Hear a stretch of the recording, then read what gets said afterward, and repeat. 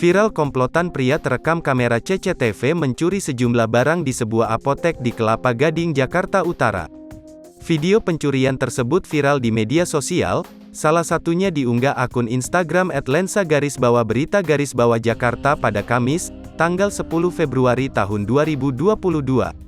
Dalam keterangan unggahan disebutkan diduga pelaku berjumlah 3 orang, 2 orang pria dan seorang wanita yang bertugas mengalihkan perhatian.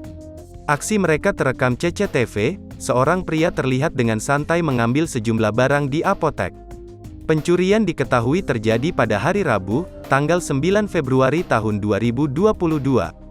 Dikabarkan aksi pencurian ini, bukanlah kejadian pertama kalinya di apotek tersebut.